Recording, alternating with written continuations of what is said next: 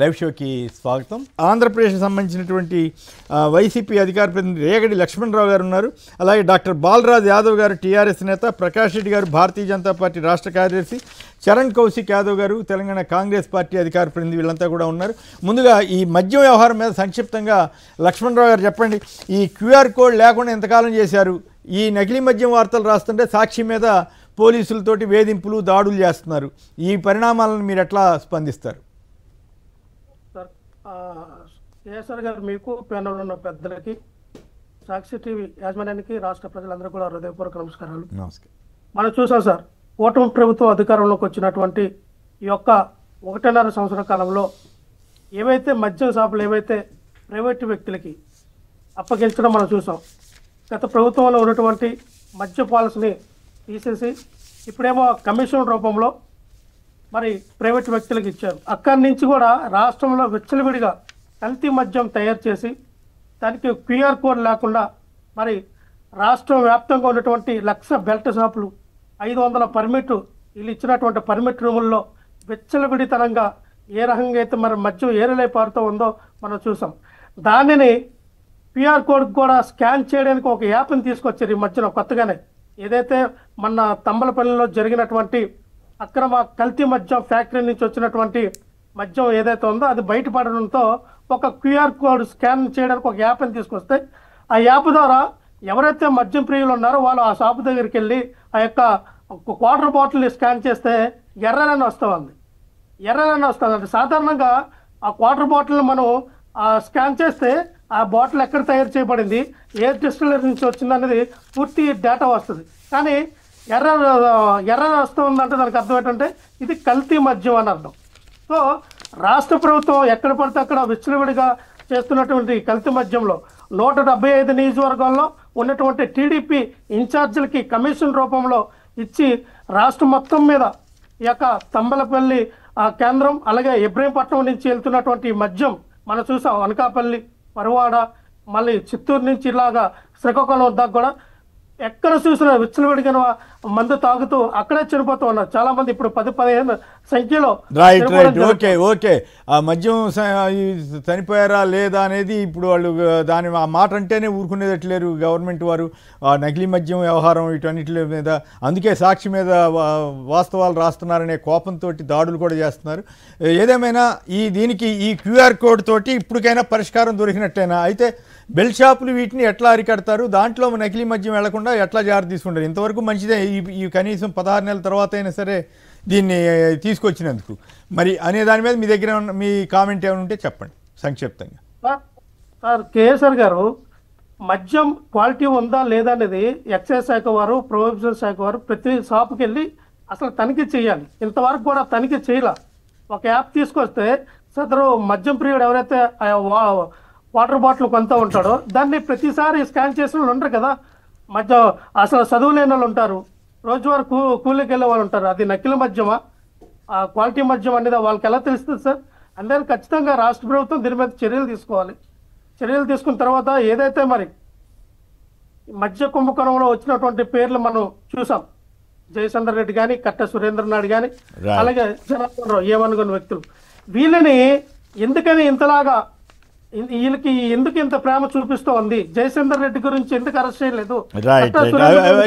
Already అవన్నీ చర్చించిన అంశాలే. ప్రధానంగా ఇప్పుడు క్యూఆర్ కోడ్ అనేది ఇప్పుడు రావటం వల్ల మంచి జరుగుతుందా లేదా, ఈ 16 నెలల్లో ఏం జరిగిందనే దాని మీద చర్చ ప్రధానంగా. రైట్, చూద్దాం తర్వాత రోజుల్లో ఏం జరుగుతుందో. థ్యాంక్ యూ లక్ష్మణరావు గారు. ఇక తెలంగాణ అంశంలోకి వెళ్దాం.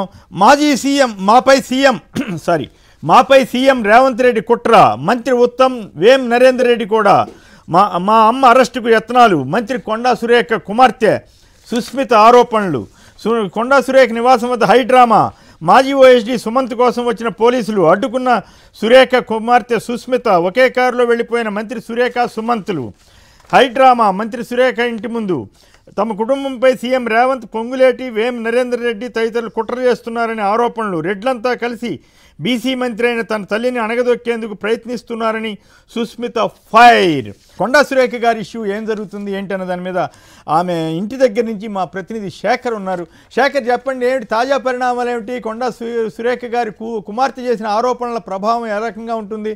ముఖ్యమంత్రి గారు ఇవాళ కేబినెట్ సమావేశం కూడా ఉన్నట్లుంది కదా, ఆ సమావేశానికి ఆమె వెళ్ళే అవకాశం ఉందా లేదా? అసలు ఏం జరుగుతుంది? ఏంటి తాజా పరిణామాలు ఏంటి?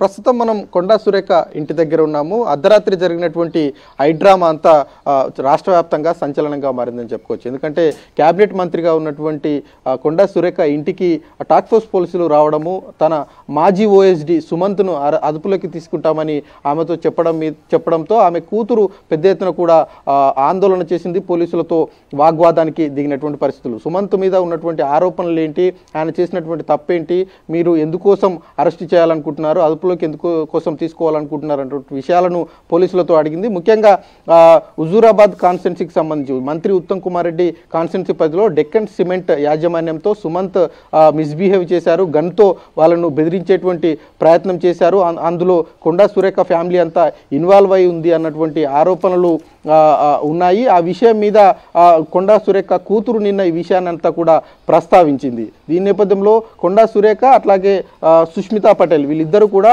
ముఖ్యమంత్రి రేవంత్ రెడ్డితో పాటు మంత్రి పొంగులేటి శ్రీనివాసరెడ్డి అట్లాగే వేం నరేందర్ రెడ్డి, రోహిన్ రెడ్డి ఈ నలుగురు మీద తీవ్రమైనటువంటి ఆరోపణలు చేస్తూ ఉన్నారు. బీసీకి సంబంధించినటువంటి మంత్రి మీద తొక్కివేసేటువంటి రాజకీయాలు జరుగుతూ ఉన్నాయి, రాజకీయ కుట్రలు జరుగుతూ ఉన్నాయి. ఈ విషయం మీద ప్రభుత్వం క్లారిటీ ఇవ్వాలి, ముఖ్యమంత్రి క్లారిటీ ఇవ్వాలి అంటూ ఆమె డిమాండ్ చేస్తున్నటువంటి పరిస్థితులు. ప్రస్తుతం కొండా సురేఖ ఇంటి దగ్గర ఉన్నాం. ఆమె కొండా సురేఖ ఇంట్లో లేనట్లుగా తెలుస్తూ ఉంది. నిన్న అర్ధరాత్రి మంత్రులను కలిసేటువంటి ప్రయత్నంలో భాగంగా గన్మెన్లు లేకుండా, ఎస్కాట్కు సంబంధించినటువంటి వెహికల్ లేకుండా ఇంటి దగ్గర నుంచి కొండా సురేఖ ఓఎస్డీగా పనిచేసినటువంటి సుమంత్తో కలిసి బయటికి వెళ్ళిపోయారు. ఎక్కడికి వెళ్ళారు, ప్రస్తుతం ఎక్కడున్నారు అన్నటువంటి విషయం మీద కొంత క్లారిటీ లేదు. వరంగల్కు సంబంధించినటువంటి నివాసం దగ్గర కూడా కొండా సురేఖ లేరు అన్నటువంటి సమాచారం అయితే ప్రస్తుతం అందుతా ఉంది. ఈరోజు మధ్యాహ్నం 3 గంటలకు క్యాబినెట్ సమావేశం ఉంది. ఈ క్యాబినెట్ సమావేశానికి కొండా సురేఖ హాజరవుతారా లేదా అన్నది కొంత క్లారిటీ రావాల్సి ఉంది. ఈరోజు మరి కాసేపట్లోనే కొండా సురేఖ తన కుటుంబ సభ్యులతో రహస్య ప్రాంతంలో ఈ ఎపిసోడ్ మీద భేటీ అయ్యేటువంటి అవకాశాలు ఉన్నాయన్నటువంటి సమాచారం అయితే అంతా ఉంది.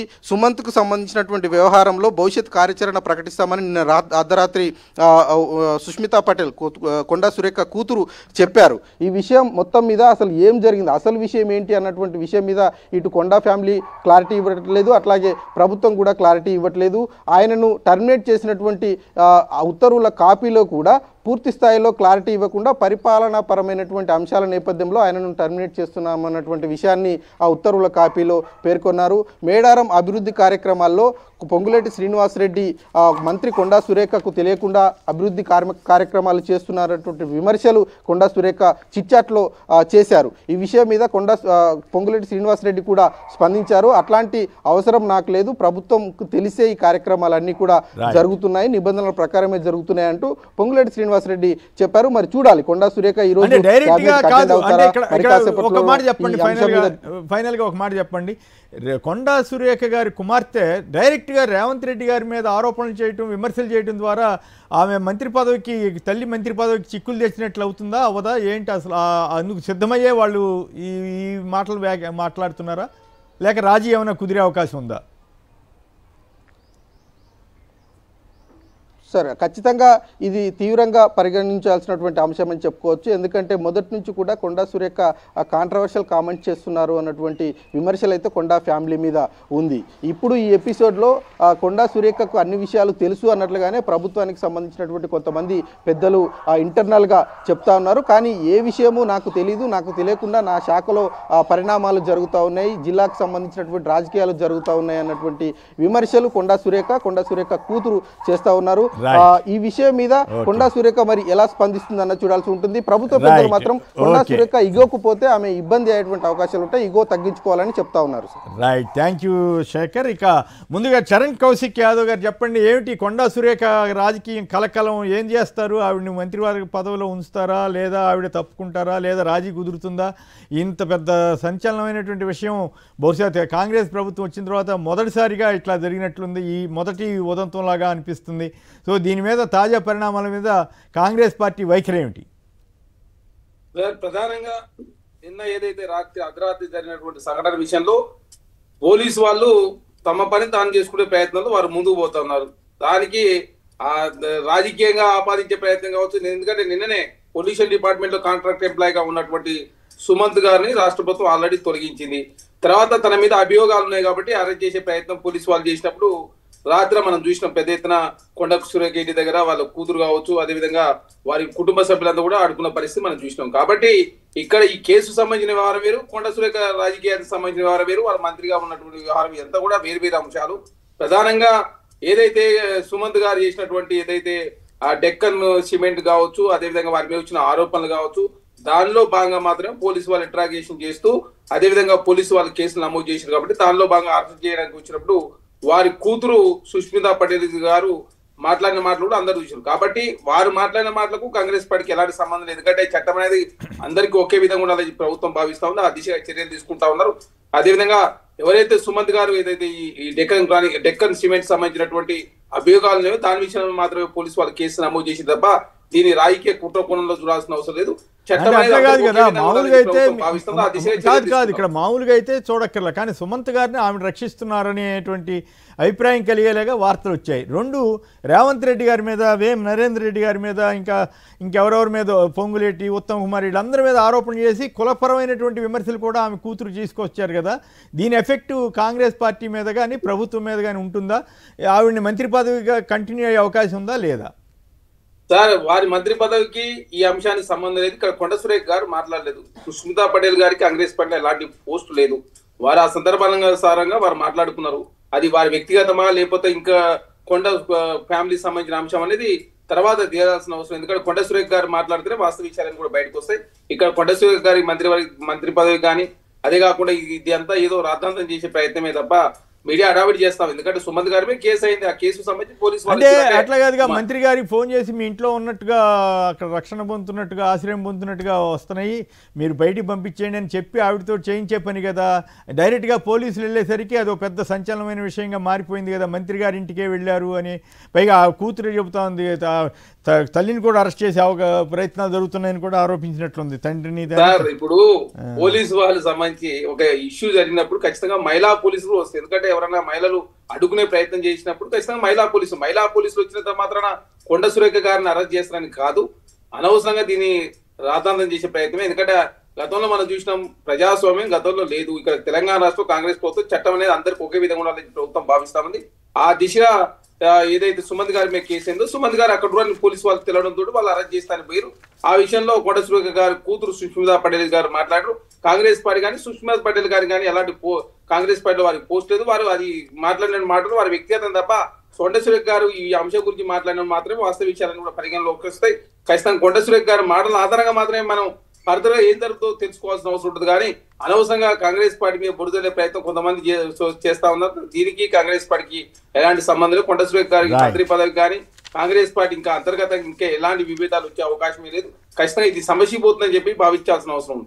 రైట్, ప్రకాష్ రెడ్డి గారు చెప్పండి, సమస్యపోతుందా? అసలు ఈ వివాదం ఏంటి? కొండా సురేఖ గారి మంత్రి పదవి ఉంటుందా లేదా ఇబ్బందుల్లో పడతారా? రేవంత్ రెడ్డి గారి మీద నేరుగా ఆరోపణలు చేసినటువంటి పరిస్థితి వారి కుటుంబం నుంచి కుమార్తె గారు. సో ఈ డెవలప్మెంట్స్ తాజాగా మీకున్న సమాచారం ఏంటి? ఏం జరగబోతోంది? దీన్ని ఎట్లా కేవలం ఏదో కాంగ్రెస్ ఇంటర్నల్ వ్యవహారంగా చూస్తారా, ప్రజలకు సంబంధించిన అంశంగా చూస్తారా? ముందు మిత్రులిద్దరికి నమస్కారం సార్, మీకు కూడా గుడ్ మార్నింగ్ సార్. మీకు అంటే రాత్రి జరిగిన పరిణామంగా మీరు దాన్ని చూస్తే అదే సంఘటన జరిగింది. అంటే మంత్రి గారింటి పోలీసులు వెళ్ళటం అనేది, తర్వాత వారి కుటుంబం డైరెక్ట్ గా రేవంత్ రెడ్డి గారితో సహా పలువురి మీద వ్యాఖ్యానించడం, కులపరమైనటువంటి విషయాలు కూడా మాట్లాడటంతో సహజంగానే రాత్రి జరిగిన దానికే ప్రాధాన్యత వస్తుంది. రాత్రి జరిగిన దానికి ప్రాధాన్యత అంటే రాత్రి జరిగింది కాబట్టి ప్రాధాన్యత, కానీ దీని వెనకాల 3-4 రోజుల నుంచి వస్తున్నటువంటి ప్రకటనలను కూడా మనం కన్సిడరేషన్ చేయాలి సార్. 2 రోజుల క్రితం కొండా సురేఖ గారే సేమ్ ఒక మీడియాలో వచ్చినటువంటి వార్త, ఒక వర్గాన్ని ముఖ్యంగా పొంగిలేటి శ్రీనివాసరెడ్డి మీద ఆరోపణలు చేయడం, వాళ్ళు ఇన్వాల్వ్ అవుతారని చెప్పడం, దాని తర్వాత ఒక కులం పేరు మీద వారు ఒక ప్రకటన చేయటం, దాని తర్వాత నిన్న జరిగిన సంఘటన జరిగే కంటే ముందు మొన్న ఓఎస్డీని సస్పెండ్ చేయటం, తీసేయటం, ఆ తర్వాత నిన్న వారి ఇంటికాడ పోలీసుల సంఘటన, దాంట్లో ఆరోపణ, అందులో ముఖ్యమంత్రి గారికి అతి సన్నిహితులంటే రోహన్ రెడ్డి మీద కూడా ఆరోపణలు. ఒక రోహన్ రెడ్డి నిజంగా ఈరోజు పొలిటికల్ సిస్టమ్ లో ఆయన కాంగ్రెస్ పార్టీ నాయకుడే తప్ప ఆయన మంత్రివర్గంలో కానీ ప్రభుత్వంలో కానీ ఎమ్మెల్యే కాదు, ప్రభుత్వంలో ఏ బాధ్యత లేనటువంటి వ్యక్తి. అయినప్పటికీ కూడా ఆయన మీద ఆరోపణ అంటే 3 రోజుల కింద చేసినటువంటి ఆరోపణ మొన్న సమ్మక్క సారక్క జాతర కంటే ముందు రోజు అంటే ఆ జాతరకు సంబంధించిన ప్రిపరేటరీ మీటింగ్ జరిగింది వరంగల్లో, పొంగులేటి పోయినాడు. అక్కడ వాళ్ళ కాంట్రాక్ట్లకు సంబంధించినటువంటి విషయంలో కూడా కొండా సురేఖ స్పందించారు. అది మనం గమనించాల్సిన అవసరం సార్. నిన్నగాక మొన్న అనుకుంటా నిన్న పేపర్లో వచ్చినటువంటి వార్త, సురేఖ గారు వారి కాంట్రాక్టర్లు ఏం జరుగుతుంది నాకు సంబంధం లేదు అనేటువంటి ప్రకటన ఏవైతే వచ్చిందో, ఇవన్నిటి నేపథ్యం చూసుకుంటే రాత్రి జరిగిన సంఘటన మనం పోల్చుకుంటే అర్థమైపోతుంది కాంగ్రెస్ లో అవినీతి ఎంత పరాకాష్ఠ చేరింది, ఏ స్థాయిలో ఉంది, ఏ స్థాయిలో అంటే కాంట్రాక్టర్లు ఎవరు ఉండాలంటే నేను మంత్రిని నేను డిసైడ్ చేస్తా. ఎందుకంటే పొంగులేటి శ్రీనివాసరెడ్డి గారు కూడా ఆ 3 కాంట్రాక్టర్లు ఒకటని చెప్పి వారు వచ్చినటువంటి ఆరోపణ. ఆయన ఖండించినట్టున్నాడు కదా, ఆయన ఖండించినట్టున్నాడు. అందుకోసం చెప్తాను, ఆయన ఖండించాడు. కాబట్టి ఈ నేపథ్యాన్ని తీసుకొని కనుక రాత్రి సంఘటనలు కనుక కంపేర్ చేసుకుంటే ఖచ్చితంగా లుక్కలు, అవినీతి కుంభకోణాలు, అవినీతి సంఘటనలు, అవినీతి ఆరోపణలు బయటకు వస్తున్నాయి సార్. అంతకంటే వేరే ఏం లేదు. ఎందుకంటే పొల్యూషన్ కంట్రోల్ బోర్డు అనేది ఎట్లా ఉంటుందో మీకు తెలుసు, అది తెలుసు. Government of India pollution control board monitoring system ఉన్న ఎగ్జిక్యూషన్ దాన్ని మొత్తం అమలు చేసే వ్యవస్థ మొత్తం రాష్ట్ర ప్రభుత్వంలో ఉంటుంది. అది మొత్తంగా కూడా అవినీతి అవినీతిలో కూరుకపోయింది అనేది మనకు కనపడుతున్న విషయం. కాబట్టి దీని వెనకాల అవినీతి ఉంది.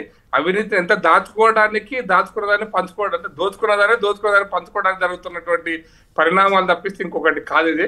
కాబట్టి కాంగ్రెస్ పార్టీలో సహజంగా జరిగేది, ఎందుకంటే వారు వచ్చిందే ఇక ఉంటామా పోతామా, ఇక దోచుకుందాం అనేటువంటి ప్రయత్నాలు కాంగ్రెస్ పార్టీ ఉంది. కాబట్టి సరే ఈ సంఘటనలు ఇవి ఒక ముద్దలు కాదు. ఇప్పుడు ఇంతకీ ఏమవుతుంది మీ పార్టీ పక్షంగా మీరు ఏమనుకుంటున్నారు? మంత్రి గారి పదవి ఉంటుందా? రేవంత్ రెడ్డి గారి మీద అంత తీవ్రమైన విమర్శలు చేసిన తర్వాత 2 వర్గాల మధ్య ఒక రకమైన విభేదాలు సృష్టించేలా ఆమె కూతురు మాట్లాడిన తర్వాత ఆమె పదవి ఉంటుందా లేదు రాజీ కుదిరే అవకాశం ఉందా?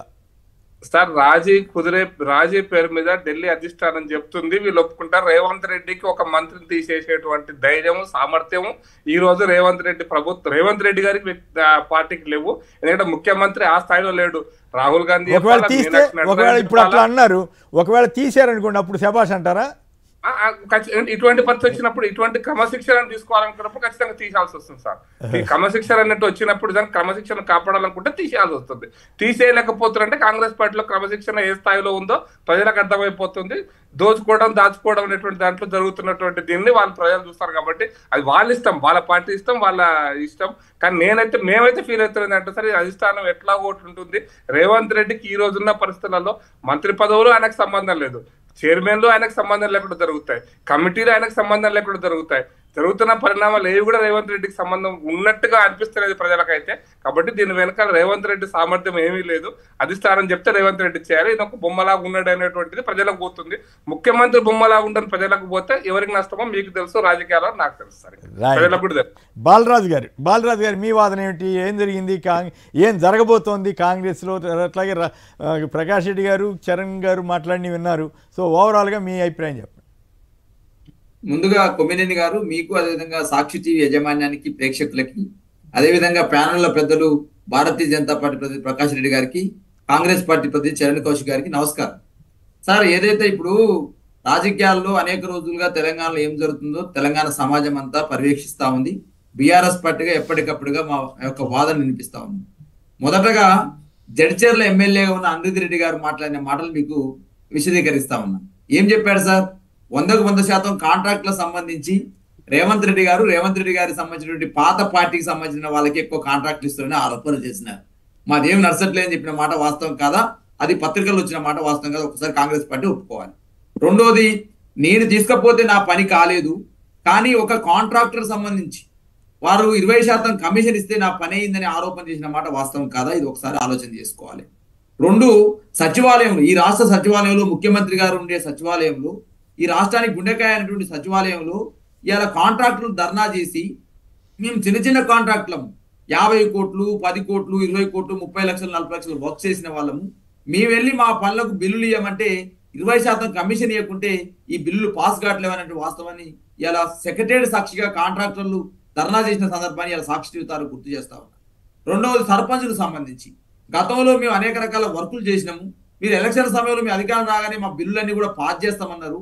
మా బిల్లులు పాస్ చేయమని మీ సెక్రటరీకి పోతే 20% కమిషన్ ఇవ్వకుండా మా బిల్లులు పాస్ కావట్లేదని చెప్పేసి సర్పంచులు ధర్నా చేసే సందర్భాన్ని ఇలా సాక్షి జీవితాలు గుర్తు చేస్తా ఉన్నాను. రెండోసారి అలా నేను శరణ్ గారు ఎంత ముద్దుగా మాట్లాడుతూ ఉన్నారు. కొండ సురేఖ సుష్మిత గురించి మాట్లాడుతున్నారు. సుష్మిత గారు పార్టీలో లేకపోయినా సుష్మిత గారు కాంగ్రెస్ పార్టీ అభ్యర్థిత్వం కోసం పోటీపడ్డ సందర్భాన్ని గుర్తు చేస్తా ఉన్నా. తను టికెట్ కోసం సిఫార్సు చేసిన సందర్భాన్ని గుర్తు చేస్తా ఉన్నా. అదేవిధంగా కొండ సురేఖ గారు వారి యొక్క తల్లి అయిన సందర్భాన్ని గుర్తు చేస్తా ఉన్నా. వారి యొక్క తల్లి మంత్రి గారు వారి ఇంట్లోకి మఫ్టీలో పోలీసులు వస్తే ఏదైనా గవర్నమెంట్ ఉన్నాం ఎక్కడున్నాము అని చెప్పేసి ఆరోపణలు చేస్తే ఏం చెప్పింది? తిరుపతి రెడ్డి గారికి ఏ విధంగా మరి తను మంత్రి కాదు ఏం కాదు ఎమ్మెల్యే గారు ఎందుకు ప్రొటెక్షన్ ఇస్తా ఉన్నారు? కొండలరెడ్డి గారు ముఖ్యమంత్రి గారి తమ్ముడు బ్రదర్ గా ఉన్నాడు, ఆయనకి ఎట్లా ప్రొటెక్షన్ ఇస్తా ఉన్నారు అని చెప్పేసి ఆరోపణలు చేసినారు. నెల రోజులుగా ఈ ఆరోపణలు వస్తా ఉన్నవి. ఎప్పటి నుంచి వచ్చినవి? ఏదైతే కొండా సురేఖ గారు ఆ జిల్లా మంత్రిగా ఉన్నారు, ప్లస్ కొండా సురేఖ గారు దేవాలయ శాఖ మంత్రిగా ఉన్నారు, అదే విధంగా ములుగు సంబంధించిన సీతక్క గారు అక్కడ ఎమ్మెల్యేగా ఉన్నారు, ఆ ములుగు జిల్లాకు మంత్రిగా ఉన్నారు గిరిజన మహిళ. ఈ విధంగా ములుగు సీతక్కకు తెలవకుండా, అదే విధంగా సొంత కాన్స్టిట్యూన్సీ ములుగు అనేది మేడారం జాతర అనేది సొంత కాన్స్టిట్యూన్సీలో జరుగుతుంది. దేవాలయ శాఖ మంత్రి కొండ సురేఖ గారు ఈ ఇద్దరికి తెలవకుండా మరి ఏదైతే ప్రధానంగా ఓటుకు నోటు కేసు మనం చూసాం సార్. ఎవరి కోసం ప్రయత్నం చేశారు సార్? రేవంత్ రెడ్డి గారు వేం నరేందర్ రెడ్డి గారి కోసం ప్రయత్నం చేశారు. వేం నరేందర్ గారు ఆ రోజు టీడీపీలో ఉంటే చంద్రబాబు నాయుడు గారిని ఒప్పించి వేం నరేందర్ రెడ్డి గారి యొక్క గెలుపు కోసం ఓటుకు నోటు కేసులో పట్టుబడ్డాడు రేవంత్ రెడ్డి గారు. 50 లక్షల రూపాయలు ఇచ్చింది ఎవరి కోసం అనుకుంటున్నారు మీరు? ఆ రోజు చంద్రబాబు నాయుడు డైరెక్షన్ లో ఈ యొక్క వేం నరేందర్ రెడ్డి కోసమే కదా. వేం నరేందర్ రెడ్డి గారు ఎక్కడైతే ఇవాళ రేవంత్ రెడ్డి గారు ఆత్మగా చొరబడి ఇవాళ మొత్తం కూడా వరంగల్ జిల్లా రాజకీయాలను శాసించాలనే క్రమంలో మంత్రి సురేఖకు తెలవకుండా, మంత్రి సీతక్కకు తెలవకుండా 72 కోట్ల రూపాయల టెండర్ ఏదైతే ఉందో ఆ టెండర్ ఏదైతే వీళ్ళు తెలవకుండా సార్ ఇవాళ మేడారం జాతర ఎవరు ఆధ్వర్యం జరుగుతుంది సార్? ఇష్యూ మేడారం జాతరకు సంబంధించింది కాదు కదా. మీరు మొత్తం కాదు ఇప్పుడు సుమంత్ అన్నతను బెదిరించాడు అనే యాంగిల్లోనే ఇప్పటి వరకు జరుగుతోంది కదా సార్. కొమ్మినేని అంతకంటే ముందు తగిన విషయాన్ని గుర్తు చేస్తాను మీకు నేను. పొంగులేటి శ్రీనివాసరెడ్డి గారు వరంగల్లో రివ్యూ మీటింగ్ పెట్టారు మేడారం జాతర సంబంధించి. ఆ మేడారం జాతర సంబంధించి రివ్యూకి కొండ సురేఖ గారు హాజరు కాలేదు, సీతక్క గారు హాజరు కాలేదు. ఎందుకు హాజరు కాలేదని చెప్పేసి విలేకరులు అడిగితే మాలో చిన్న చిన్న సమస్యలు ఉంటాయని చెప్పేసి అన్నారు. ఆ రోజు తెల్లారి పత్రికా కథనాలు ఏమొచ్చిందంటే 72 కోట్ల టెండర్ సంబంధించి పొంగులేటి శ్రీనివాసరెడ్డి గారి యొక్క అనర్హులకు అప్పచెప్పారు కాబట్టి వీళ్ళు కలత చెందిరనే అంశం ఒకటి. దేవాలయ శాఖ మంత్రి తెలవకుండా ఏ విధంగా మేడారం జాతర టెండర్ నిర్వహిస్తారనేది ఒకటి. సీతక్క ములుగు కాన్సెన్స్ సొంత కాన్సెన్స్, అది సొంత జిల్లా సొంత కాన్సెన్స్ కాబట్టి నాకు తెలవకుండా ఎట్లా పనులకు టెండర్ చేస్తున్నా అదే అంశం. తర్వాత దక్కన్ సంబంధించిన సిమెంట్ సంబంధించి ఆ సిమెంట్ సంబంధించినటువంటి ఏదో గన్ను బెదిరించని చెప్పించి దాని మీద ఆరోపణలతోటి మంత్రికి తెలవకుండా, అంటే ఇప్పుడు సార్ నేనేమంటాడు సార్ కొమ్మినేని గారు, ఇలా సాక్షి టీవీ యజమాని తెలవకుండా సాక్షి టీవీలు ఉద్యోగాన్ని తీసేయగలుగుతారా? దూదిమెట్ట బాలయ్య బీఆర్ఎస్ పట్ల పనిచేస్తా ఉన్నారు, మా అధినేత తెలవకుండా నన్ను తొలగించగలుగుతారా?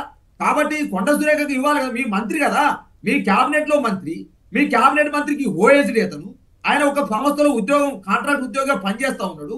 ఆయన మీద ఆరోపణలు వస్తే మంత్రి సురేఖ గారు తెలియజేయాలి. మంత్రి సురేఖ గారు తొలగించమని మంత్రి సురేఖకి చెప్పాలి. తెలియకపోతే బాగుందని చెప్పాలి. కానీ అడావుడిన సీఎంఓ నిర్ణయం తీసుకోవడం ఏంది? సీఎంఓ నిర్ణయం తీసుకుందంటే ఖచ్చితంగా దీంట్లో వేం నరేందర్ రెడ్డి పాత్ర ఉంది అనేది మంత్రి సీతక్క యొక్క మంత్రి సురేఖ గారి ఆరోపణ. కాబట్టి నేనేమంటే సార్, ప్రధానంగా మేము బీఆర్ఎస్ పట్టికం చెప్తా ఉన్నాము, 20% కమిషన్ లేకపోతే ఈ గవర్నమెంట్ నడుస్తలేదు. ఇలా కాంట్రాక్ట్ల విషయంలో కావచ్చు, టెండర్ల విషయంలో కావచ్చు, అనేక అంశాల్లో ఇలా 20% కమిషన్ జరుగుతా ఉన్న అంశాన్ని స్పష్టంగా బీఆర్ఎస్ పార్టీ ఆరోపిస్తా ఉంది. ఇక కొంతమంది ఐఏఎస్లు అయితే ఇలా 500 కోట్లకు దాటి ఇలా పత్రిక మీరు అపోజిషన్ గా ఇష్టం వచ్చినట్టు ఆరోపణ చేయొచ్చు, వాటికి ఆధారం లేవు అనే చర్చ కాదు. కానీ అయితే రాత్రి అర్ధరాత్రి కాడ మంత్రి గారి ఇంటికి పోలీసులు వెళ్ళడాన్ని మీరు ఎట్లా చూస్తారు? నిజంగానే ఈ కేసుని సురేఖ గారికి లేదా మురళి గారికి కూడా ఆపాదించే అవకాశం ఉందా, ఆవిడ కూతురు ఆరోపిస్తున్నట్లుగా? సో ఈ మంత్రి గారి ఇంటికి పోలీసులు వెళ్ళడాన్ని ఎట్లా చూస్తారు? అంతవరకు చెప్పండి, తర్వాత మళ్ళీ చరణ్ గారు మీ ఇద్దరికి సమాధానం చెప్తారు. సార్ ఇప్పుడు కొమ్మినేని గారు ఏమంటున్నారంటే సార్, మంత్రిగా రాష్ట్ర కేబినెట్ మంత్రిగా ఉన్నటువంటి సురేఖ గారింటికి పోలీసులు పంపడం అంటే ఈ రాష్ట్రంలో ఏం జరుగుతుందో ఒకసారి కాంగ్రెస్ పార్టీ ఆలోచన చేసుకోవాలి. ఇవాళ నేను అడుగుతాను, ఒకవైపు పొన్నం ప్రభాకర్ గారు ఒకవైపు ఏం మాట్లాడారు, నిన్న బీఆర్ఎస్ పార్టీ అభ్యర్థి గురించి, ఆ కన్నీల గురించి ఏం మాట్లాడారు, తెలంగాణ మహిళల సమాజం గురించి ఏం మాట్లాడారు, అదొక అంశం. ఇవాళ ఈ మంత్రి సురేఖ అంశం ఏదైతే ఉందో 100% ఏదో కుమ్ములాటలు జరుగుతా ఉన్నవి. వాళ్ళ యొక్క ఆర్థిక ప్రగతి, వాళ్ళ యొక్క బాగోగుల కోసమే ఈ యొక్క తన్నులాట తప్ప, ఈ కుమ్ములాటలు తప్ప తెలంగాణ ప్రగతి గురించి కానీ, తెలంగాణ అభివృద్ధి గురించి కానీ, తెలంగాణ సంక్షేమం గురించి కానీ వీళ్ళకి పట్టట్లేదు అనేది బీఆర్ఎస్ పార్టీ ఆరోపిస్తా ఉంది. మరి ఇలా కాంగ్రెస్ పార్టీ సమానం చెప్పాలి. మీ కేబినెట్ మంత్రి యొక్క కూతురు ఇంటికో సురేఖ గారింటికో ఏ విధంగా పోలీసులు పంపుతారు మీరు? అంటే మీరు ఒప్పుకుంటున్నారు అవినీతి జరుగుతుందని? గతంలో కూడా కొండ సురేఖ గారు ఒక వీడియో చెప్పినారు, స్వేచ్ఛగా జరుగుతుంది, అవినీతి జరుగుతుందని చెప్పేసి కొండ సురేఖ గారు ఒక విజువల్స్ తో చెప్పినారు, మేము పైసలు తీసుకోము అన్ని అయితే మీ వాదన మొత్తం కొండా సురేఖ గారికి అనుకూలంగా ఉందేమో అనిపిస్తుంది కదా, మీరు అటువైపు లైన్ తీసుకున్నారా?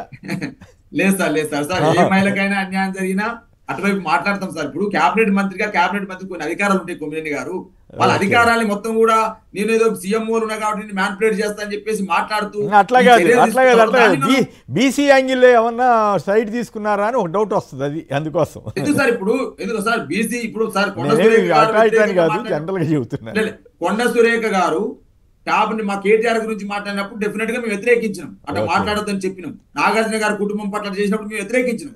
అదే కాదు ఈ రోజు కూడా మీ ఏమంటే ఎందుకు మీరు ఒక బీసీ మంత్రి టార్గెట్ చేస్తా ఉన్నారు, ఎందుకు ఒక ఆదివాసీ మంత్రిని సీతక్కని ఎందుకు టార్గెట్ చేస్తా ఉన్నారు? మీరు మహిళల గురించి మాట్లాడుతున్నారు కదా, బీఆర్ఎస్ పార్టీ గతంలో అజ్జేలే మాట్లాడుతున్నారు, మీరు ఎందుకు టార్గెట్ చేస్తా ఉన్నారు? డైరెక్ట్ గా చెప్తా ఉంది కదా, వేం నరేంద్ర డైరెక్షన్ లో, పొగులేని శ్రీనివాస్ డైరెక్షన్ లో ఇది జరుగుతా ఉంది, మాకు తెలవకుండా మా శాఖలో జరుగుతుంది. చెప్పాలి కదా. గతంలో కేసీఆర్ గారిపై కూడా కొండా సురేఖ గారు చాలా విమర్శలు చేశారు, మొదట విమర్శలు చేశారు, తర్వాత కలిశారు. ఇవన్నీ రాజకీయాల్లో ఒక విచిత్రమైన ఒక ఆసక్తికరమైన చరిత్ర, అది వేరే విషయం. చరణ్ గారు చెప్పండి, వీళ్ళిద్దరు చేసిన ఆరోపణలు, ప్రత్యేకించి టీఆర్ఎస్ ఆయన బీఆర్ఎస్ బాలరాజు గారు చేసిన వ్యాఖ్యలు, వీటికి మీరు ఎట్లా కౌంటర్ ఇస్తారు? సార్ బీఆర్ఎస్ పార్టీ అకారణంగా ఒక డిప్యూటీ సీఎం కారణం లేకుండా మీరు తొలగించి ఇంతవరకు సమాధానం చెప్పారు సార్. మీరు ఒక చరిత్ర చదువుతున్నారు సార్, ఓఐటీని మొన్న తొలగించారు, వారి మీద ఆరోపణలు కేసు, అంటే ఈ అవినీతికి దీనికి ఏం సంబంధం ఉంది సార్? టెండర్లు యాజ్ పర్ ఎవరైతే లెస్ కేసులు వాళ్ళకి టెండర్లు ఇస్తారు, మీరు అది కూడా తెలియదా? మీరు అంటే సుమంత్ అనే వ్యక్తి ఆయన ఓసీ సామాజిక వర్గానికి సంబంధించి కమ్మ సామాజిక వర్గం, దానికి బీసీకి ఎలాంటి లింక్ పెడతారు సార్? అంటే చట్టము ఎవరికైనా సమానంగా ఉండాలని ప్రభుత్వం భావించి ఎవరైనా అరెస్ట్ చేసే ప్రయత్నం చేస్తారు, తప్పే ఉన్నా సార్? ఇది చట్టం అనేది మంత్రికి ఒక విధంగా, ముఖ్యమంత్రికి ఒక విధంగా, రాష్ట్రంలో మిగతా వాళ్ళకు వేరే విధంగా ఉంటుంది చట్టం. వాడుకున్నారు కాబట్టి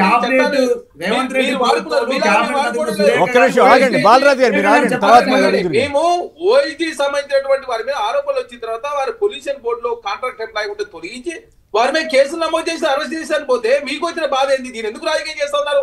బీఆర్ఎస్ పార్టీ రాజకీయం చేస్తా ఉంది. బీఆర్ఎస్ పార్టీ సోషల్ మీడియా, నమస్తే తెలంగాణ, టీ న్యూస్, వాళ్ళ యూట్యూబ్ ఛానళ్లతో కూడా కాంగ్రెస్ ప్రభుత్వం మీద ప్రాపగండా క్రియేట్ చేసే ప్రయత్నంలో భాగంగా మీరు ముందుకు పోతా ఉన్నారు. అంటే ప్రతి అంశాన్ని రాజకీయం చేసే కోణంలో మీరు చూస్తా ఉన్నారు. మేము ప్రతి ఓకే, మీరు వాళ్ళు చేసిన ఆరోపణలన్నింటికి డైరెక్ట్ గా సమాధానం చెప్పడం అవన్నీ కాదు, కానీ మధ్యరాత్రి వేళ ఒక మంత్రి గారింటికి పోలీసులు పంపడం వల్ల ప్రభుత్వానికి కూడా కొంచెం ఇబ్బంది కాదా సార్? ప్రభుత్వంలో కాంగ్రెస్ గతంలో బీఆర్ఎస్ పార్టీ ఏంటంటే మీరు చూడండి సార్, డైనింగ్ టేబుల్ కూర్చొని వీళ్ళు అరెస్ట్ చేయండి, వాళ్ళని అరెస్ట్ చేయని చెప్పి అరెస్ట్ చేయించారు. పోలీసు వాళ్ళకి స్వేచ్ఛ ఉన్నప్పుడు వాళ్ళు ఎవరిని అరెస్ట్ చేయాలి, ఎవరిని అరెస్ట్ చేయొద్దని వాళ్ళు డిసైడ్ చేసుకుంటే చట్టం ప్రకారం ముందుకు పోతా ఉంది ప్రభుత్వం. దానిలో భాగంగా అక్కడ కొండ సురేఖ గారు ఇల్లు అని మరి వాళ్ళకి తెలుసో తెలియదు పోతారు సార్. అంటే పోలీసులు ముఖ్యమంత్రి గారికి, హోంమంత్రి గారికి, ఆయనే కూడా హోంమంత్రి అని ఉంటాయి కదా, ఇతరులు ఎవరికి తెలియకుండా ఒంటరిగా ఒక మంత్రి గారి ఇంటికి వెళ్ళి ధైర్యం చేశారంటే ఎవరు నమ్ముతారు? తప్పు చేసి సార్ పోలీసు వాళ్ళకి స్వేచ్ఛ ఉంది, ఉండొద్దా? మీరు చెప్పండి. మరి డైనింగ్ టేబుల్ కూర్చొని నిర్ణయాలు తీసుకుందామా, ఫామ్లో కూర్చొని నిర్ణయాలు తీసుకుందామా? కారణం చెప్పండి. ఇప్పుడు తెలుగు రాష్ట్రాల్లో ఏం జరుగుతుందో చెప్పినా మీరు కారణం, ఆ కారణంగా తొలగించారు మీరు. మా పార్టీలో అంతర్గతంగా ఏమవుతుంది సరే, అప్పుడు ఉప ముఖ్యమంత్రి విషయంలో కేసీఆర్ గారికి అది కొంత డ్యామేజ్ అయిన మాట వాస్తవం, ఆ రకంగా తొలగించడం, దాని మీద వాళ్ళు ఏదో వివరణ ఇచ్చారు, ఏదో జరిగింది. ఇప్పుడు అదే రకంగా కొండా సురేఖ గారిని మీరు పదవిని తొలగించే అవకాశం ఉందా, లేదా రాజీ పడతారా? సార్ కొండ సురేఖ గారి పదవికి ఎలాంటి ఎందుకు తొలగిస్తారు సార్? వారు ఏం తప్పు చేసి సంబంధించిన వ్యవహారానికి సంబంధించి వారి విషయంలో చర్యలు తీసుకుంది ప్రభుత్వం. చర్యలు ఎవరి మీద తీసుకుంటారు సార్? తప్పు చేసిన వాళ్ళు తన మన అనే భేదమే లేదు, ఎవరి మీద చర్యలు తీసుకుంటారు ప్రభుత్వం. అనవసరంగా ఇంకోటి టెండర్ సంబంధించి యాజ్ పర్ టెండర్ లో ఎవరైతే లెస్ టెండర్ చేస్తే వాళ్ళకి వస్తుంది. దాన్ని రాజకీయం చేసే ప్రయత్నం, దాన్ని రాజకీయ కోణంలో BRS party Bharatiya Janata party చూస్తా ఉన్నాయి తప్ప వాళ్ళలాగా టెండర్ మేనేజ్మెంట్ మేము చేయడం లేదు. చట్టం అనేది అందరికి సమానంగా ఉండాలని ప్రభుత్వం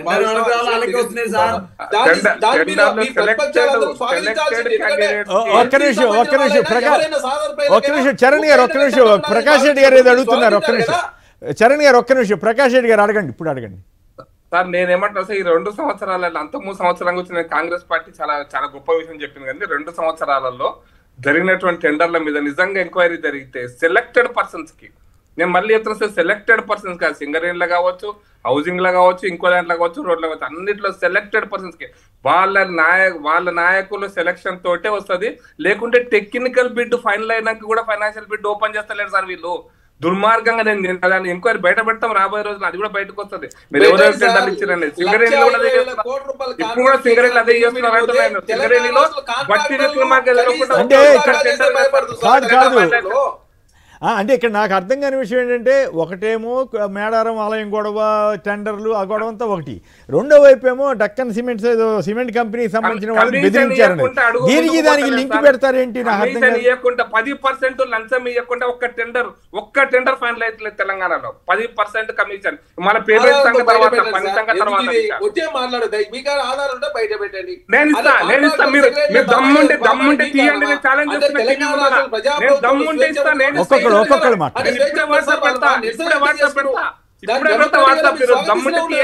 ఎవరైనా చేసుకొని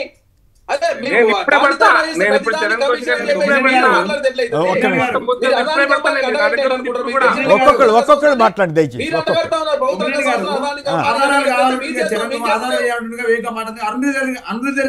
జడ్చర్ ఎమ్మెల్యే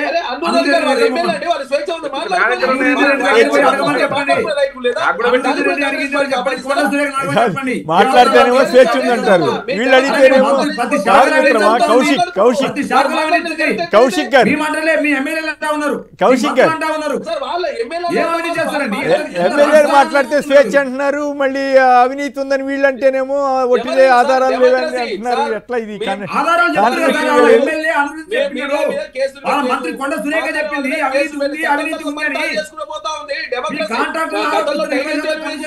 ఒక్కొక్కరు ఎందుకు తీసేసిన కారణం చెప్తలేరు మీరు. కాంగ్రెస్ పార్టీ అధికారులు మీరు అధికారులు ఉన్నారు, ప్రకారం ముందుకు పోతారు, మంత్రులు ఆరోపణ చేస్తున్నారు, విచారణ చేయండి. దేశంలో కక్షల కార్యంలో తాగుంటుందా? Right right.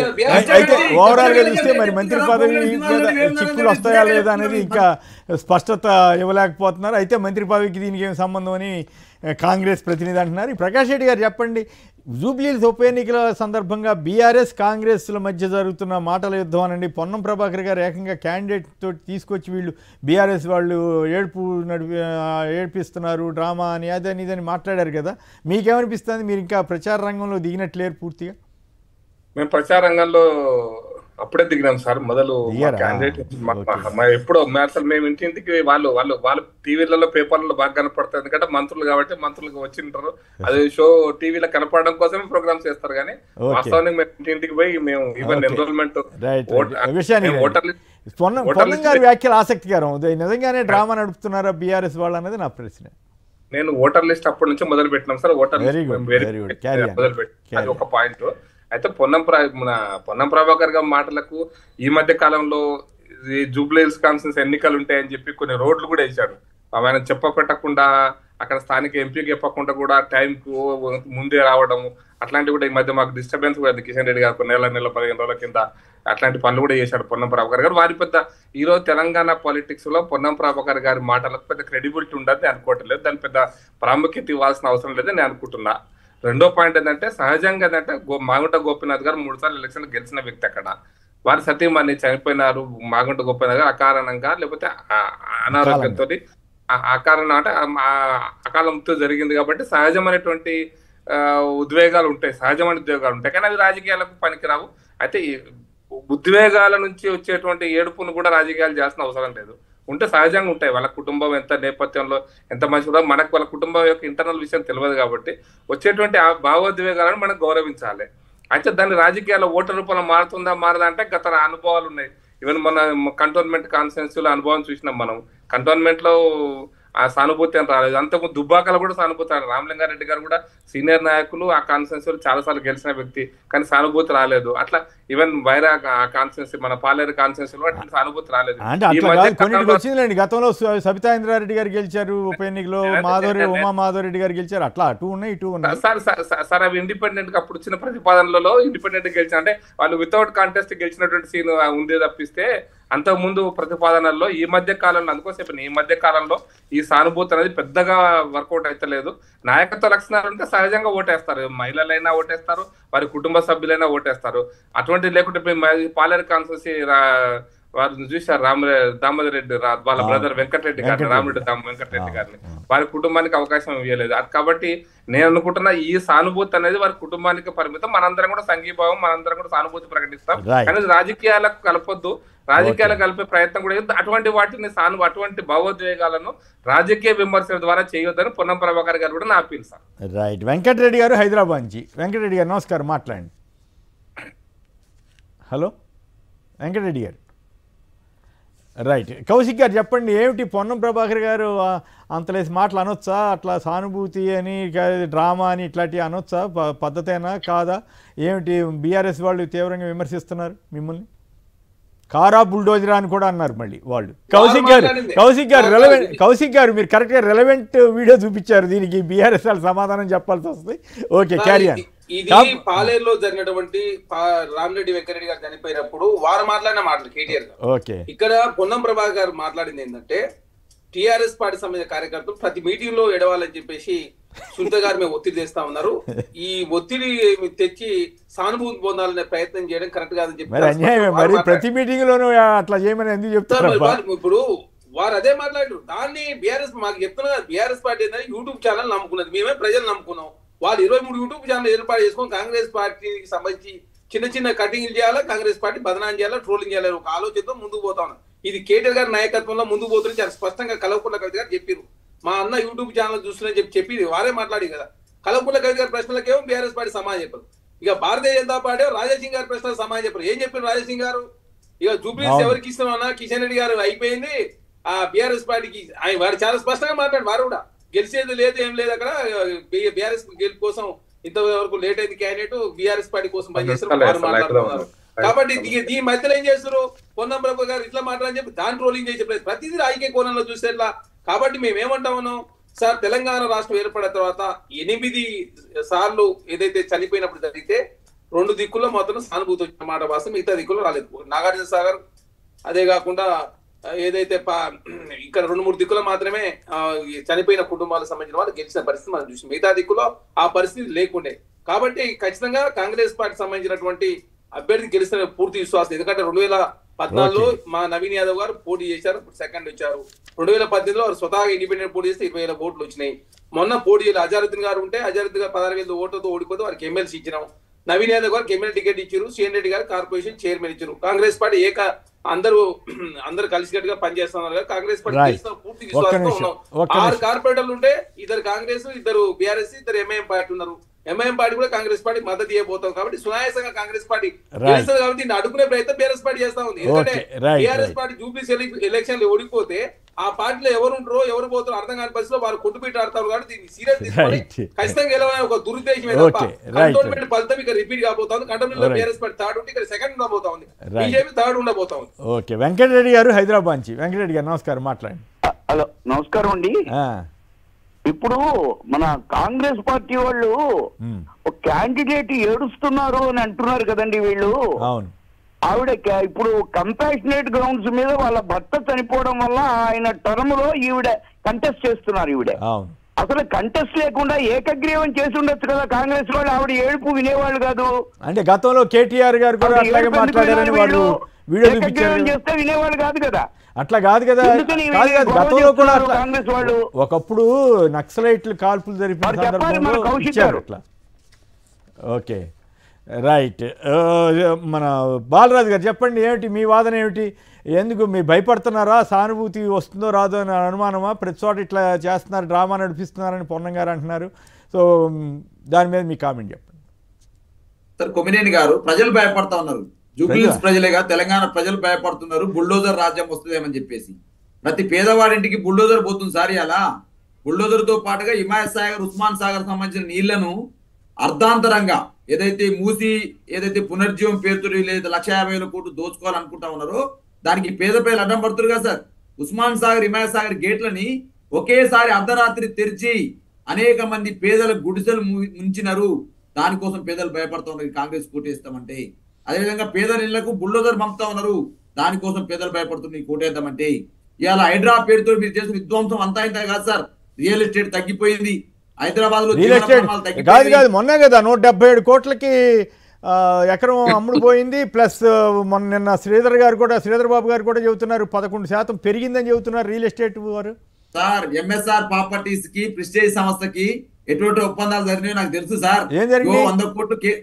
100 కోట్లకు కేసీఆర్ అమ్మిండు, మీరు 100 కంటే 1 కోటి ఎక్కువ కావాలి, మీరు నష్టం వచ్చిన తర్వాత నేను చూసుకుంటా అని చెప్పేసి ఎంఎస్ఆర్ కంపెనీకి అదేవిధంగా ప్రెస్టేజ్ కంపెనీకి ఏ హామీ ఇచ్చిండో మీరు చెప్పండి. చెప్తాను ఆధారం ఉన్నాయి మా దగ్గర బీఆర్ఎస్ పార్టీగా. చెప్పండి.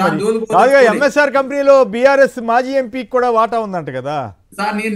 నేను వాటా గురించి నేను మాట్లాడతలేదు సార్. ఇవాళ ఆ 2 కంపెనీలకు ఏదైతే రియల్ ఎస్టేట్ భూమి అనేది తగ్గిన మాట వాస్తవం కాబట్టి రియల్ ఎస్టేట్ భూమి అనేది పెంచాలనేటువంటి ప్రయత్నం కోసం రేవంత్ రెడ్డి గారు ఎన్ని ఆపసోపాలు పడ్డాడు, వాళ్ళకి ఎన్ని తర్వాత కాంట్రాక్ట్లు ఇస్తాడో దాని గురించి వదిలిపెడతాం సార్. నేను మాట్లాడతాం, దాని ఆధారాలు వచ్చినా మాట్లాడతాం. 2వ అంశం చెప్తాను సార్. ఒక మహిళ భర్తను కోల్పోయింది, కుటుంబం అంతా పెద్ద దిక్కును కోల్పోయి బాధపడతా ఉంది. అది సుమారు 10,000 మంది కార్యకర్తల సమక్షంలో మా పార్టీ వర్కింగ్ కేటీఆర్ గారు ఉన్నారు, అక్కడ హరీష్ రావు గారు ఉన్నారు, నేను యూసఫ్గూడలో 10 బూత్లకు ఇన్ఛార్జ్ కాబట్టి అక్కడ మేము కూడా ఉన్నాము. తను మాట్లాడే సందర్భంలో తర్వాత స్పీచ్ కూడా కొనసాగించలేదు చూడండి సార్. తను స్పీచ్ తర్వాత మాట్లాడాలి. ఒకవేళ మీ దగ్గర డ్రామా అనుకుంటే తర్వాత స్పీచ్ మాట్లాడాలి కదా.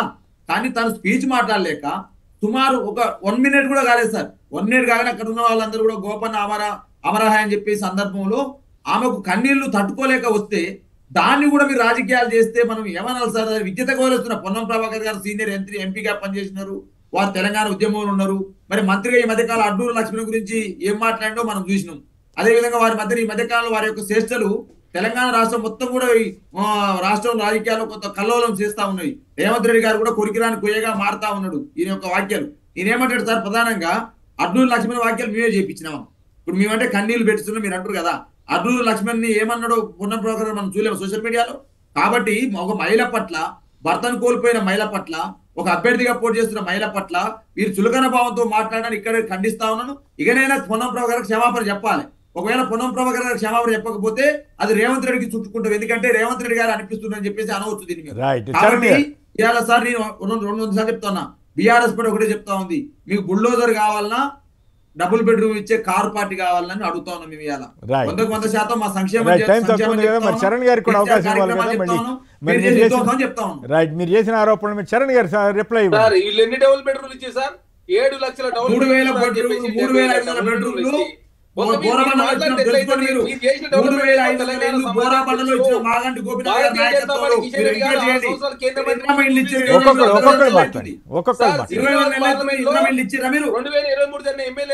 బీఆర్ఎస్ పార్టీ గెలిచింది. కానీ తర్వాత వచ్చిన ఎంపీ ఎలక్షన్ లో బీఆర్ఎస్ పార్టీ 3rd పోయింది, కాంగ్రెస్ పార్టీ నెంబర్ 1 వచ్చి జూబ్లీస్ లో.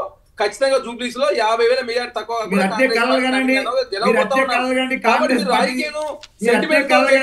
మీరు ముందు పోతా ఉన్నారు సార్. తెలంగాణ రాష్ట్రం 6 దిక్కులలో 5 దిక్కులలో ఏదైతే చనిపోయిన కుటుంబాలకు సంబంధించి ఒక కుటుంబం మాత్రం గెలిచింది.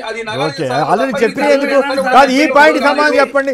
ఏమిటా 2 కంపెనీలను ఇన్ఫ్లుయెన్స్ చేసి కాదు హైదరాబాద్ లో రియల్ ఎస్టేట్ పెరిగేలాగా 2 కంపెనీలు ఇన్ఫ్లుయెన్స్ చేసి పాట పాడిచ్చారని చెబుతున్నాడు ఆయన. మీరు దానికి సమాధానం ఏంటి సార్? ఎంఎస్ఆర్ అంటే మన్నే సత్యనారాయణ రెడ్డి, మన్నే శ్రీనివాస్ రెడ్డి గారు మహబూబ్నగర్ నుంచి ఎంపీగా వారి పార్టీ ఆగండి 19లో ఉన్నాడు. మన 24 కూడా పోటీ చేసిరు, వారు 3rd వచ్చారు. అంటే మరి ఆనాడు బీఆర్ఎస్ పార్టీ అదే చేసిందా? మీరు చెప్పండి. మీరు హైదరాబాద్ లో పెద్ద ఎత్తున రియల్ ఎస్టేట్ వచ్చిందని చెప్పి పెద్ద ఎత్తున 100 కోట్లు కోకాపేటలో పోయిందని చెప్పి అంటే మీరు ఆ రోజు మేనేజ్మెంట్ చేసిన వ్యవస్థ అంటే మీరు వ్యవస్థ రామస్వామి గారు నకిరేకల్ నుంచి పట్టగాల్సి మీరు చేసే ప్రయత్నం దయచేసి. రైట్ రామస్వామి గారు నకిరేకల్ ఫైనల్ గా. Hello right. Doctor Balraj Yadav గారు, ప్రకాష్ రెడ్డి గారు, చరణ్ కౌశిక్ యాదవ్ గారు, ప్రకాష్ గారు సంక్షిప్తంగా మాట్లాడి టైం అయిపోయింది. నేను ఒకటే మాట చెప్తా, గతంలో టీఆర్ఎస్ పార్టీ ఇట్లా భూమి అంటే రియల్ ఎస్టేట్ పడిపోయినప్పుడు ఇదే ప్రయత్నం చేసింది. వాళ్ళు ఒక కంపెనీతో చేపిస్తే వీళ్ళకి ఒక కంపెనీతో చేపిస్తారు సార్. రియల్ ఎస్టేట్ ఒక కంపెనీతో చేపిస్తే భూమి కాదు సార్. నిజంగా వాస్తవంగా ప్రజల దగ్గర డబ్బు ఉండి ప్రజలు దాన్ని పెట్టుబడి పెట్టాలనుకుంటే సహజంగా జరిగితే, కాబట్టి ప్రజల దగ్గర డబ్బు లేకుండా అయింది అనేటువంటిది కనపడుతుంటే వాస్తవం సార్. ఒక మీరు బిల్డింగ్ ఉండడం కాదు, అపార్ట్మెంట్స్ కూడా ఎందుకు పోతలేవు, చిన్న చిన్న ఉద్యోగస్తులు ఎందుకు కొనలేకపోతున్నారు, ఇది అర్థం అంటే చేసుకోవాలి. అది కేవలం తెలంగాణకే పరిమితం కాదుగా, ఓవరాల్ కంట్రీ అంతా కూడా సమస్య ఉంది కదా. ఆర్థిక వ్యవస్థలో వచ్చినటువంటి ఇబ్బందులు, ప్రపంచవ్యాప్తంగా జరుగుతున్న పరిణామాలు, దీనికి మీ ప్రభుత్వం కూడా, కేంద్ర ప్రభుత్వం కూడా బాధ్యత కొంత తీసుకోవాల్సి ఉంటుంది కదా ప్రకాష్ రెడ్డి గారు. రైట్. ఏదేమైనా డాక్టర్ బాలరాజు గారు, ప్రకాష్ రెడ్డి గారు, చరణ్ కౌశిక్ గారు అందరూ కూడా ధన్యవాదాలు. ఇది నేటి చర్చ కార్యక్రమం. నమస్కారం.